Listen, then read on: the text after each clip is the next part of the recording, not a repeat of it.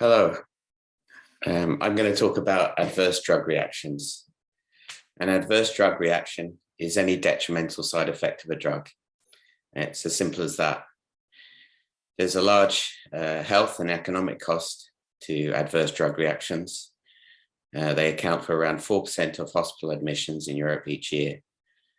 And needless to say, the human cost can be very large indeed, as with thalidomide. I'm Sean, and I work with faculty on a project to predict adverse drug reactions. So why a predictive model? Well, ADRs are most often rare, delayed, or subtle. We're not talking about novichok poisoning here. Therefore, they need to be screened for throughout the drug development life cycle, from animal testing to post-marketing.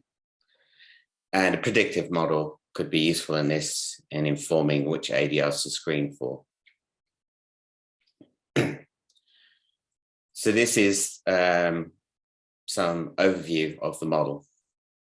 It was trained on data from various public sources. And when you take all those sources and put them together, you end up with a database of 826 small molecule drugs, 3,500 drug features, which are a mixture of molecular structure and biochemical targets, and 830 ADRs. The model itself is partial least squares regression, and this kind of model is very suitable for fat, sparse, multi-label data of the kind we had. Also, it has the bonus that it's both very interpretable and very fast, both to train and to do inference on. And once you train the model with that data, you end up with something like you have on the right, an ROC curve. Now, those kind of stats look all very well and good, but they don't tell you much about how you can practically use the model. So to assess this practical use, I didn't want to kind of come up with some contrived examples. I wanted something which had just been recently published.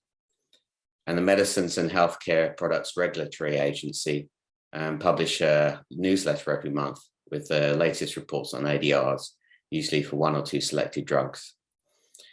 One of the drugs in the February 2022 issue was cladribine, which is used for treating leukemia and multiple sclerosis. And these are the model's predictions for cladribine.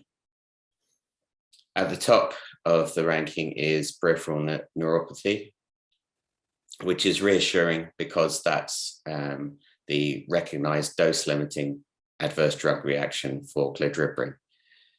Basically, what happens is if you give a person large enough dose, you don't just kill off their white B and T cells, you also start to kill off their peripheral nerve cells. Also, of course, there are a number of anemias, white blood cell anemias, as you're killing off your white blood cells, so neutropenias, myeloid dysplasia, lymphocytopenia, and so on. All of these are just basically what the drug is actually supposed to do, rather than actually ADRs. And then highlighted in red is some of the ADRs reported in the MHRA update. So these all relate to liver damage. Now, amongst the rest, it's a game of looking up things. And of course, with just about any drug and ADR pair, you can always look through the literature, do a Google search, and you'll quickly find somewhere a report of a connection between a particular drug and a particular ADR. But nevertheless, out of those that are left in the top 20 for cladribine, one stands out. At number 9 is a very rare viral infection, extremely rare. So this kind of stands out a little. But nevertheless, if you look back into the literature, you'll find there was a report 5 years ago, 3 confirmed reports of multifocal leukoencephalopathy, including 1 fatal case. But of course, at this stage, what we really need is some expert opinion from a pharmacologist or clinician to really reassure us about whether this model is the rest of these predictions make sense or not. And so I invite any of you in the audience who are pharmacologists or clinicians to come in and give me some of that information after the talk this evening. Thank you very much.